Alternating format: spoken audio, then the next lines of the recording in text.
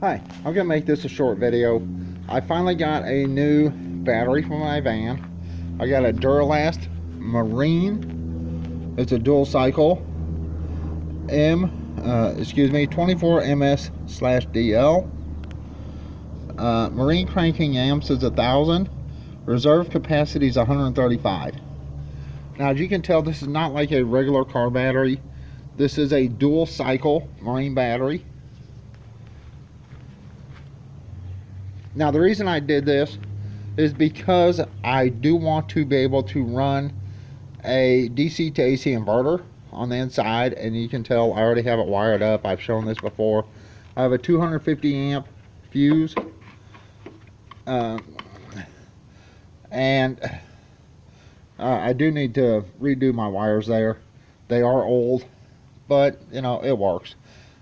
And I do have two different terminals on it for a reason. These wires are much bigger than here. So I have two different terminals. I have a heavy duty terminal on the positive, just a regular cheap terminal on the negative. Now you can tell right here, this is part of the vehicle right here. I believe that's part of the grounding system.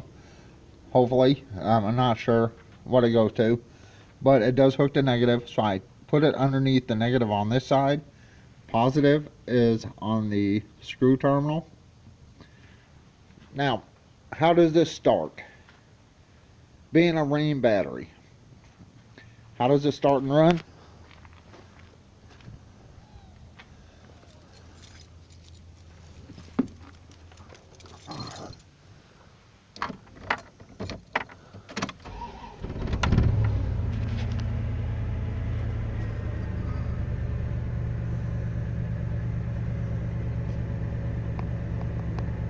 It starts and runs just fine. And the reason I got a dual cycle Marine battery, that is much like the batteries I have on my solar. So I can absolutely use this on the inside with a power inverter. Now I do have another cable here, which is in here, right there, to go on my power inverter.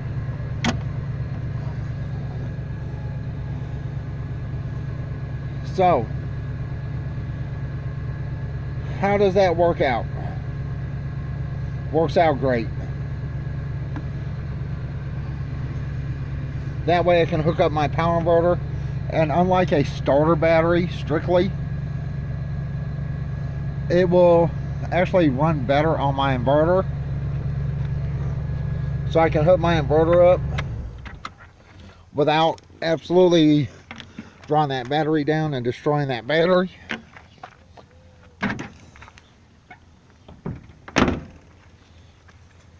Now my girlfriend does drive the van sometimes, and I wanted a new battery in here because my battery was bad, and I needed to make sure if she has to use my van to go to work, then it will start and run. So I absolutely had to get a new battery, but I decided to go with this. Now I did get this battery from AutoZone, and if you look online and put in Marine battery, dual cycle, whatever, of course it's not going to show that it will fit a vehicle, but it does fit this without an issue. Let me get that under there so that doesn't hit. Alright, that's it. I just wanted you to see my new battery for my van and tell you the reason why I purchased this type of battery. Because if I'm on the road and I have to run something, when we go up to our property, over to our property, the chest freezer is going to be in my van.